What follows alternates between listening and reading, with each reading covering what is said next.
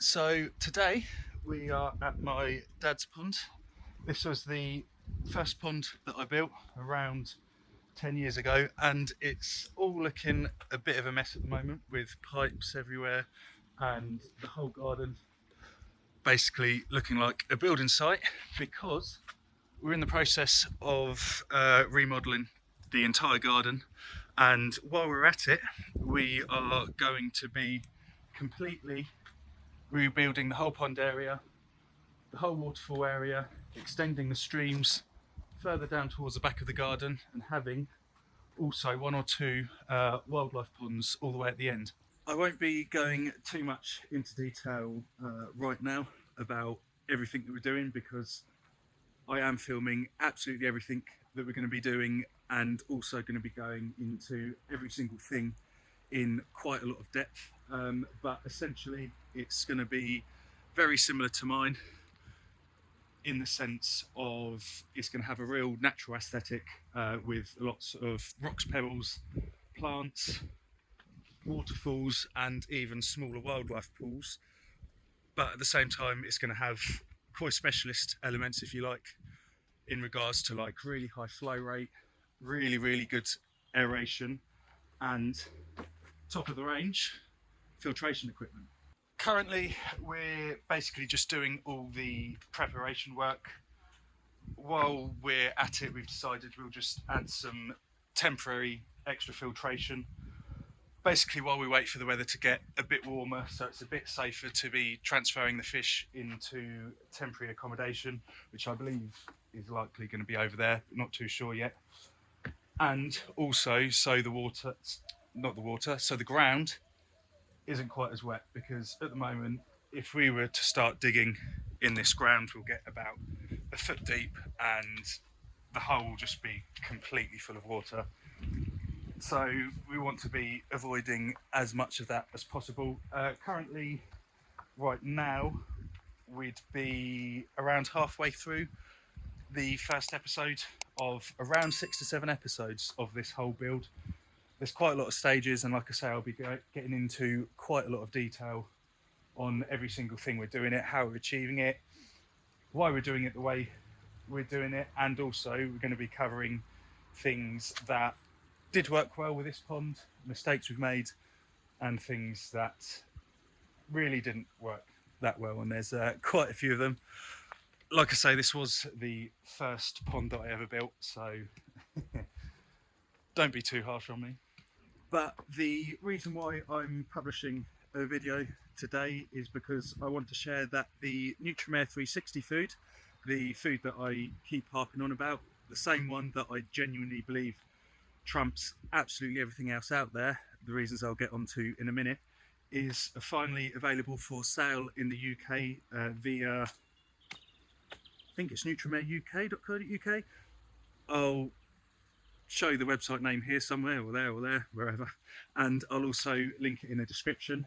If you've got any kind of questions, queries, anything related to the koi food, or even slowly titrating them onto the koi food, suggested feeding amounts, literally anything, they are extremely responsive and helpful. That's, if you've already bought some or if you haven't even bought some yet. So I'm going to try to keep it short and sweet because there are so many reasons why I believe it trumps everything else out there, and if I go into all of them in depth, this video is probably going to be about an hour long, which obviously none of you are going to want. So the main reasons why I genuinely believe it is the best food out there.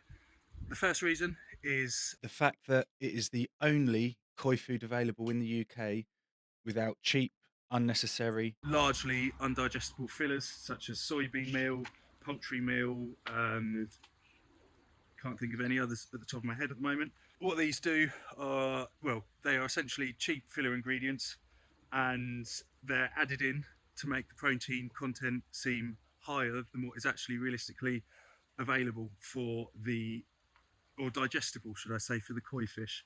So the main ingredient that you want is fish meal. This is because it is the most digestible form of protein that the koi can eat. The second reason is the fact that they go one step further with the fish meal and they declare it LT71 fish meal. LT71 fish meal is the best fish meal on the market, mainly due to the fact that it's low temperature processed. So this means that it essentially retains a lot more nutrients compared to other methods of processing. While other brands just declare fish meal, all of them do this, not LT71 fish meal. This means that realistically the quality of the fish meal could be anything as long as it meets a minimum standard for it to legally be able to be called fish meal. I guess it's kind of a similar idea to if you were to buy a beef burger from a fast food chain versus if you were to buy like a beef burger from a butcher's. The quality is going to be different, even though they're both beef burgers, but it's just because the fast food one has met a certain standard for it to be classed as a beef burger. Obviously, this is arguably suggesting that any koi food on the market that doesn't say is LT71 fish meal, that just says it's fish meal, is saying that the fish meal is going to be rubbish. I'm not saying that at all, but realistically, if they are happy with using cheap filler ingredients such as soybean meal or poultry meal or things like that, they are probably happy with using fish meal that isn't the greatest of qualities. Have a look at your koi food labels, because I haven't yet come across one koi food that doesn't have these cheap filler ingredients, and every single one of them that I know, their fish meal is literally just classed as fish meal. Along with having a high quality fat source being salmon oil, again, most other brands will use something rubbish like palm oil or something like that. They also have a full profile of colour ingredients as standard. So whereas with a lot of other premium foods, you have to buy a completely separate product to have their food with colour enhancing ingredients, and then you're paying even more of a premium for the bag with colour enhancing ingredients in it. Nutrimare 360, it has a full range of colour enhancing ingredients, literally just as standard. So that is another positive. The herbal health ingredients such as the black cumin oil, the thyme oil, the rosemary oil, as I have just said, they all come from concentrated oils. So because they come from oil concentrates, they're a lot stronger compared to most, if not all, other brands, where other brands might throw in some, I don't know, oregano leaves or something. Oregano oil, that's another one that Nutrimare has. A lot of other brands would do something, like I say, such as just throwing a few oregano leaves, just so that they can say on their declaration, on their label, that that is in their ingredients, whereas realistically, it's nowhere near the dose or the amount of that herbal health enhancer that will actually do anything. It is literally just trace elements, just so they can basically say that they have some in there. Because of all of these reasons making it so much more nutritious than anything else, you're also going to likely find that you're not going to be needing to feed anywhere near as much of this food as you were compared to whatever food you were using before. And yeah, I'm still including premium foods that you may or may not already be using. For example, I'm on a koi WhatsApp group where there are a lot of us that have been using Nutrimare, some for, I believe, a little over a year now. This is including sellers and growers and, just real enthusiasts with, multiple ponds, some being, like their show ponds, some being grow-on ponds. And so many of them are reporting that they're getting just as good, and most of the time better, results by feeding 60% as much as the previous premium food that they were using. So because of the fact that you'll likely be feeding a lot less food, and also the fact that it has absolutely nothing not very digestible in there, those two things combined mean that the actual waste that's going to be going through your filter system, and obviously just in the water column, is going to be so far less than, well, I'm just going to say any other food out there.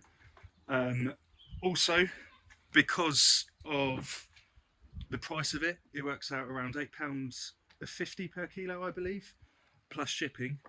This is, again, cheaper than any other premium high-end product out there. So because of the fact that it's pretty cheap for a premium food per kilo, and the fact that you're also not going to be feeding as many kilos, if you like, again, this amplifies the saving effect, just in the same way that it would amplify the less waste that you're going to be putting through your system. If anyone fancies joining the WhatsApp group where we speak about all things koi, and there's a lot of really knowledgeable people in there sharing, a lot to do with koi, a lot to do with food.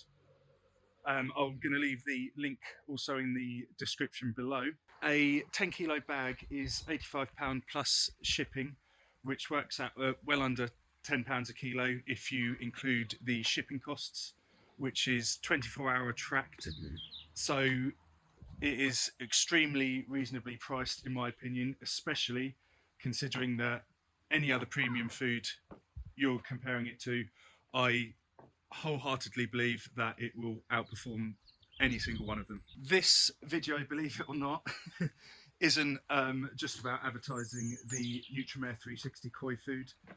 I'm basically just trying to share as much knowledge as I can in what makes a good koi food and the ingredients in a koi food that are advantageous and disadvantageous, because there doesn't seem to be much information out there on koi food. There's obviously a lot of reviews and people saying, oh, you should only stick to this brand or whatever because of, oh, it's always done well for me and blah blah blah, which, don't get me wrong, are good reasons to choose a koi food or carry on with it, but the fact that no one seems to really be sharing what actually is in the koi food that makes it good or bad isn't really giving anyone any knowledge in terms of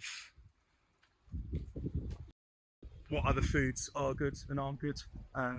There are a lot of very good choices out there in terms of koi food, but all apart from one, which is the one I've just mentioned, have a lot of things that essentially really don't need to be in there at all, completely unnecessary. And with a lot of these, I mean, especially the premium foods, you're paying an extreme amount for foods that contain a lot of cheap, nasty, undigestible ingredients that just don't need to be in there.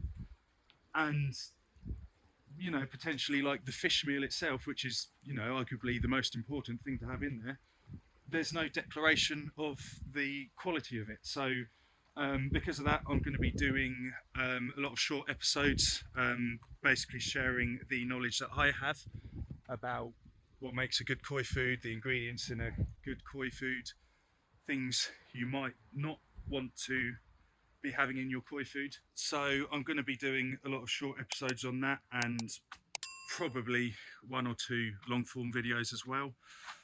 And so we've got that coming up, and then also the other big thing coming up, which I've already said before, is a real in-depth series of us completely remodeling, revamping, rebuilding, improving, whatever words you want to use, basically redoing the whole pond here. So it's getting a bit dark now. I'm getting bored of videoing. I'm sure you're getting bored of watching this if you are actually still here. So thanks for watching, and I'll see you next time.